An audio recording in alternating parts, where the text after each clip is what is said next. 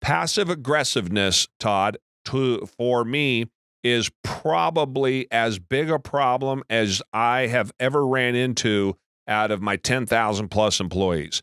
And the ones that rise above it have two things. They're not passive aggressive. They have an aggressive bent to them, and they also have some common sense. If I could bottle those two things to either add or fix, take away one or the other, but those two things together is so powerful in the business world from my perspective but I've tried over the years to be honest with people and say, you didn't go jump on this like you should have, and you didn't attack it the way that you should, and here's why, and here's what we would have gotten.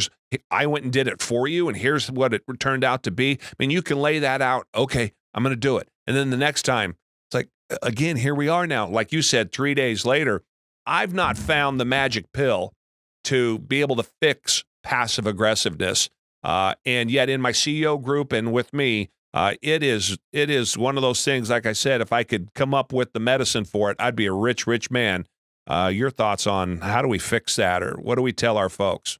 So from my perspective, if you were my client, I would say to you that a couple of things. One, you're not alone. A lot of us go through that. Second thing I'd say is, how did you measure them and how did you hold them accountable? Mm-hmm. It's really, to me, it's just people respect what the boss inspects. So there's a space between delegation and empowerment and advocation and ignoring that a lot of entrepreneurs fall into. Mm-hmm. When I turned it over to Jerry, he said he's got it going on. I don't need to check on it because I don't want to micromanage Jerry. Right. Well, the flip side of it is, if I don't check in with you, and if we don't have a regular meeting rhythm, then how do I know you're on task?